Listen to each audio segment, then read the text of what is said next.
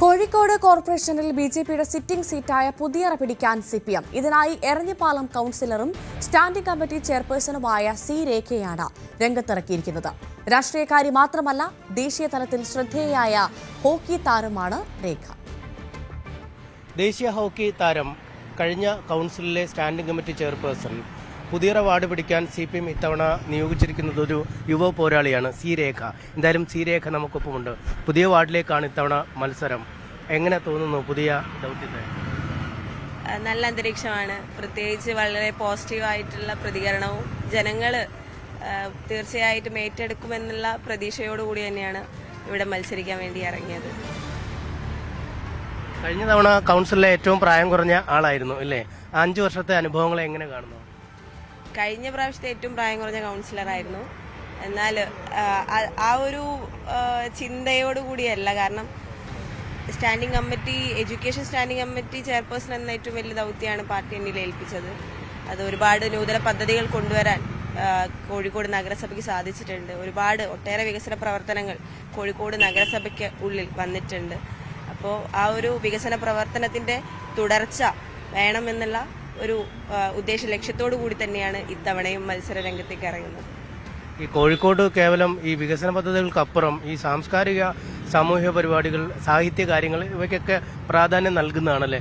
അത്തരത്തിൽ ഏറ്റവും പ്രധാനപ്പെട്ട ഒരു സ്റ്റാൻഡിംഗ് കൗൺസിൽ കൂടിയാണ് വിദ്യാഭ്യാസം. പാർട്ടി വലിയൊരു ഉത്തരവാദിത്തമാണ് നൽകിയത്. തീർച്ചയായിട്ടും നമുക്ക് ഏവർക്കും അഭിമാനിക്കാവുന്ന ഏറ്റവും വലിയ കാര്യമാണ് അത്.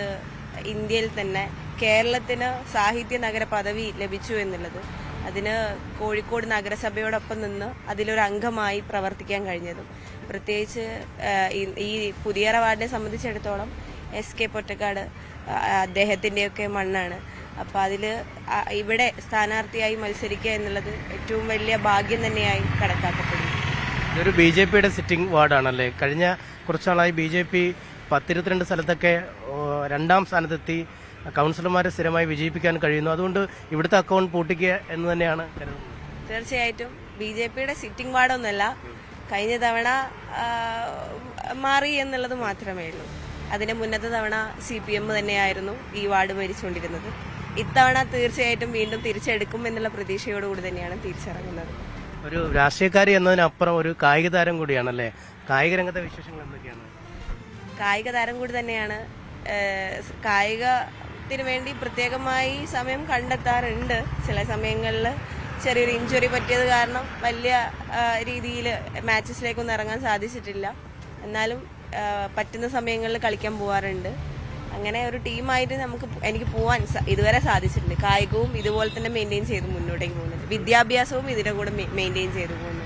ഹോക്കി പ്ലെയർ ആയിരുന്നല്ലേ? ഏതൊക്കെ ലെവൽ വരെ കളിച്ച്? എങ്ങനെയായിരുന്നു കളി അനുഭവങ്ങൾ?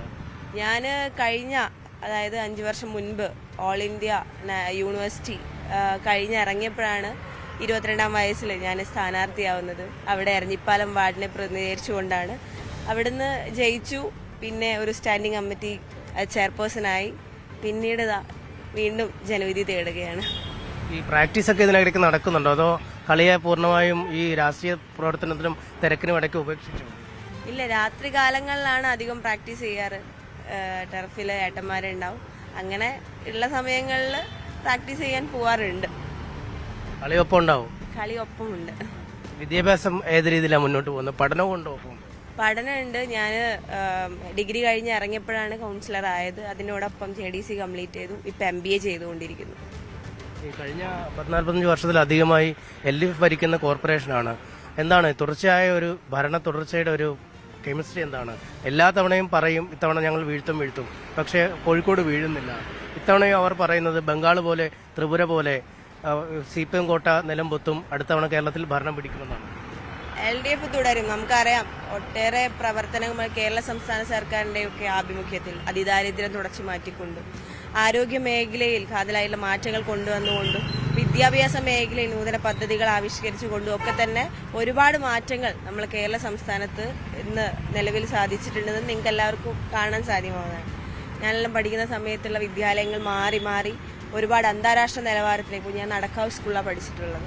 അപ്പോൾ അവിടുത്തെ അന്താരാഷ്ട്ര നിലവാരത്തിലുള്ള പട്ടികയിൽ നോക്കിയാൽ നമുക്കറിയാം, മുൻ MLA പ്രതിഭേൻ്റെയൊക്കെ നേതൃത്വത്തിൽ ഒരുപാട് പ്രവർത്തനങ്ങൾ സ്കൂളിൽ തന്നെ അന്താരാഷ്ട്ര നിലവാരത്തിലേക്ക് കൊണ്ടുവരാമെന്ന് പറയുന്നത് ചെറിയ കാര്യമല്ല.